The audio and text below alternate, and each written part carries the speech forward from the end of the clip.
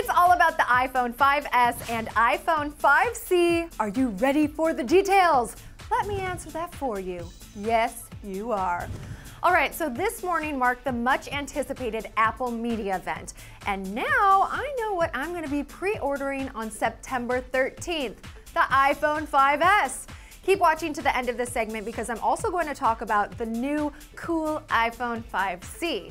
But first, the 5S comes in 3 colors, silver, gold, and slate, aka space gray. Per Apple, this is the most forward-thinking phone the company has ever created. One huge new technology is Touch ID. It's all about keeping maximum security with your phone, and essentially the home button includes a detection ring around it that turns on a sensor so your identity via a fingerprint can be authenticated. This sensor is very high tech, but what you really want to know about it is that you can simply touch the home button to unlock your phone. So you don't have to use a passcode, which is something that Apple says only about half of smartphone users currently use. Guilty as charged.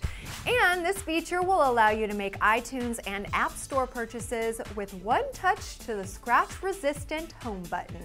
Also, the fingerprints are encrypted and will never be used for non-Apple apps or even uploaded to servers or backed up to iCloud. Plus, each iPhone can handle multiple fingerprints. Great for people in relationships or family members. Moving on to the things that your average consumer might want to know, the price. With signing a 2-year contract, the 5S 16GB will cost $199, the 32GB will be $299, and the 64GB 5S will cost you $399. Again, September 13th is the pre-order date, and the phone will be available at stores starting September 20th in the US, Australia, China, Canada, France, Germany, Japan, Singapore, and the UK, and it will also be available in 100 countries via 270 carriers by the end of this year. You guys will be stoked to hear about the new camera on the 5S, which includes a double LED flash with a 15% larger sensor area, bigger pixels, auto white balance, and when a user takes a photo, the camera will actually take multiple pictures and choose the best for you. Although you can save more than one photo from that burst. Or if you hold down the shutter, the camera will continue to take photos until you let up. There is a new True Tone flash, which means there are 2 LEDs. One is cool and white, while the other is warm and amber, and the app will actually combine the lights to get the right color balance based on the room you're in, what you're taking a photo of, etc. This iPhone will be slow motion supported, exposure will adjust automatically, and you'll get a 28 megapixel panoramic shot. Battery life is better this round, people. Yay! We're going to get 10 hours of 3G talk time, 8 hours of 3G browsing, 40 hours of music, and 250 hours of standby. Those were all quoted by Apple. CPU and graphics are twice as fast. In fact, CPU is 40 times faster than the original iPhone. Another option for purchase this year is another new iPhone. It's the 5C. Now this one is more fun and colorful. You can actually choose between a bunch of colors: green, yellow, blue, white, and a red-pink color. It really makes owning a new iPhone more affordable than ever.